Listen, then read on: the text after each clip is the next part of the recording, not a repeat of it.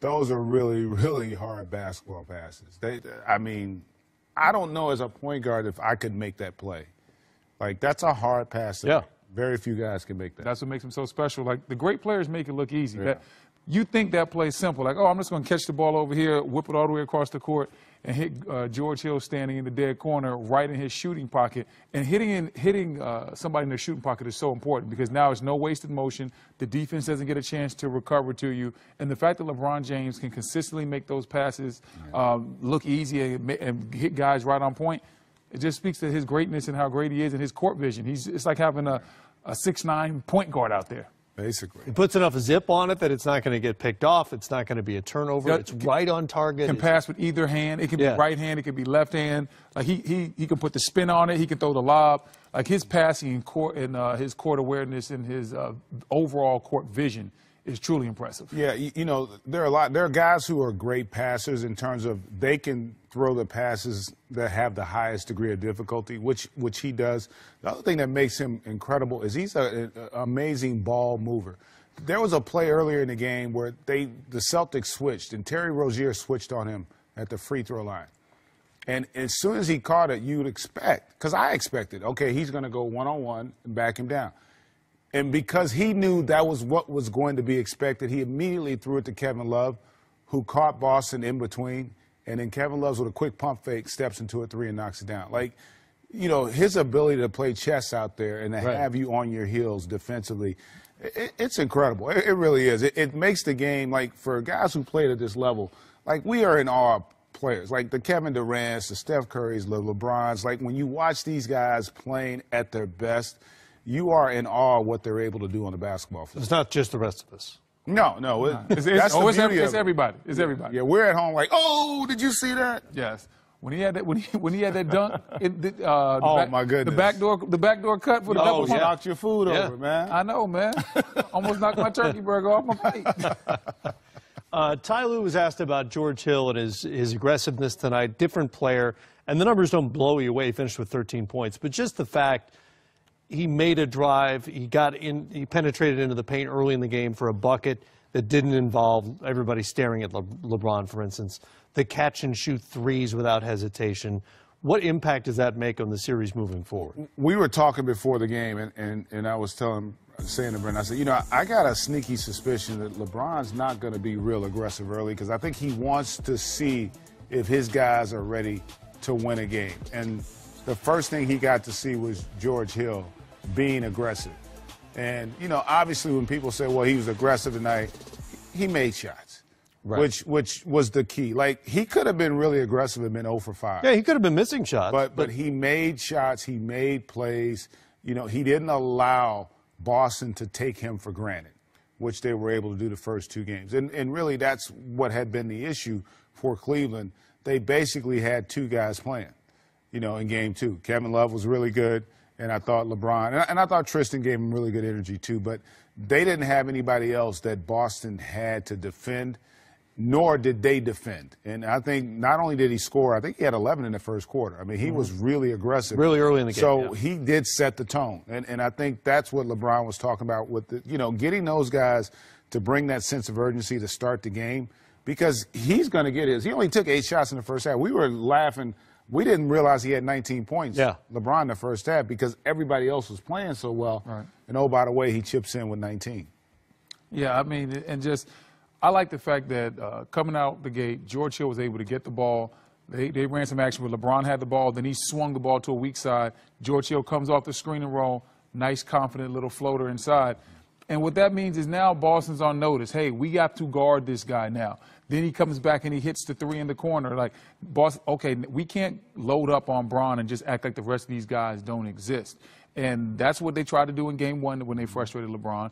They tried it to a certain degree in game 2, and LeBron just hit incredibly tough shots and got going up until the chin check, where he looked like he might have been concussed or something after that. I'm not really sure, but they have to play you different, or the Boston has to play the Cavs differently when guys are making shots. When Kyle Korver's 4 for 4 from 3, when Hill is being aggressive, when JR is hitting and knocking down shots, that allows LeBron James to play with another type of spacing. That allows him to get downhill. That allows Tristan Thompson to get lobs and dunks at the basket, and everybody gets a piece of the action. Tonight you had 6 Cavs in double figures. It just wasn't a one-man band. Everybody got a piece of it. Everybody got to eat. You had 17 made threes tonight. That's a postseason high for the Cavaliers. It's 3 more than they hit combined in Boston in those 2 games. And 17 threes, 50% is a ridiculous percentage for a team, but 17 threes is not out of the realm of possibility the way this team likes to play. Remember those series against Atlanta? Toronto got some of that as well, where they were hitting 18, 20 threes in games.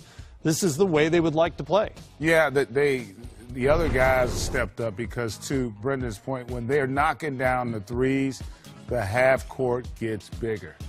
Okay, I got to be a step closer to that three-point line, which does what? It opens up the floor for LeBron to get into attack mode. And he understands that. That's why I think he felt it was imperative that other guys stepped up and set that tone early. And they did that. You talked about it. 17 threes made. That's an incredible number, but they also shoot 50%, which is probably even more incredible when you factor in who they did it against. Because this Boston team, while they weren't the team we've seen in the postseason from an aggressive, defensive, intense mode, they still are a good defensive team. And they had them on their heels tonight.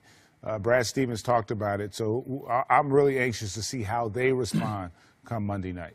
It's interesting, we kind of talked about this off air, but is this an easier game to come back from if you're Boston than if you lost by 3 or something late in the game and just not executed well? They were never really in this one. I don't think it's easier to come.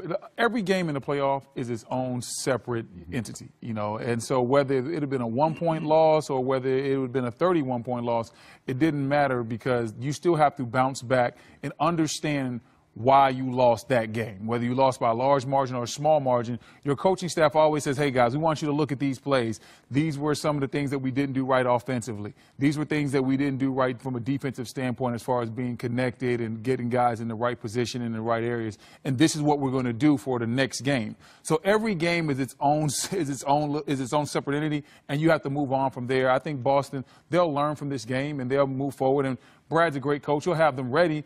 But somehow, some way, this Boston team has to play better on the road. They haven't done it all playoffs. Yeah, the one thing about the blowouts, though, is that when you get blown out, you had no chance in that game. Right. In a 7-game series, more often than not, it's the 50-50 games that decide it. It's the games that you could win that you don't win. And so now you got to assume, because they are going to be better, I believe, in Game 4, that game becomes critical. Like, I feel like they have to win Game 4, Boston, if they want to win this series.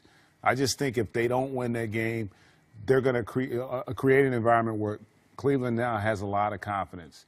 And Cleveland has felt, just like we talked about Boston feeling Cleveland playing well, Cleveland felt that the first 2 games in Boston. And so they're going to be more comfortable in Game 5 than they were in Games 1 and 2 going back. So that's why if you're Boston, I think Brad Stevens might sense that too. They don't want to have this young group have to go into a game. It's different than going against Philly, where you had guys that had never been there.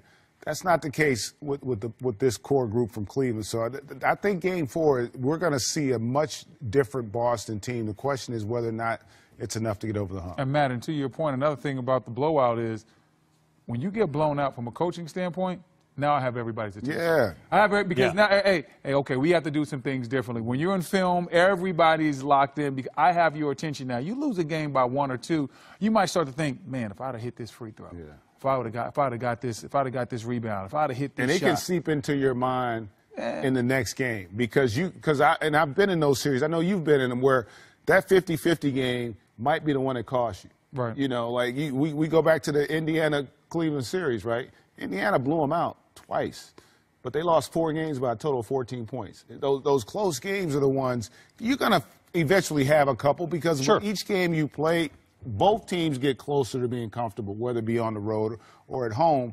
And so you want those games. Those are the ones, man, I've been there. That you can't get those back. Those games really are blowout games. They you haunt just sitting there. Yeah. I could sit there and laugh on the bench because you know what? They're not 30 points better than us. Right. They might be better, Yeah. But they're not 30 points. GA. Well, that's what I was going to say. Those close playoff losses, they haunt you forever. Forever. And you wake up when you retire still thinking about some of those games, man. And you get reminded of them all the time. There will be things to review after this game, but mentally, you could see it on the faces on the bench in the third quarter. They'd kind of already moved on. Just a tip your cap. We got like Brett said, look, you know what? This is about Cleveland. Right? They were just a better basketball team. We have to be better if we want to have a chance to win. 20-4, the start for Cleveland in this game, and never looked back. Boston never led in the game, trailed by as many as 30, which was the final margin. Cavs are now 6-1 at home in the postseason. Boston drops to 1-5 on the road.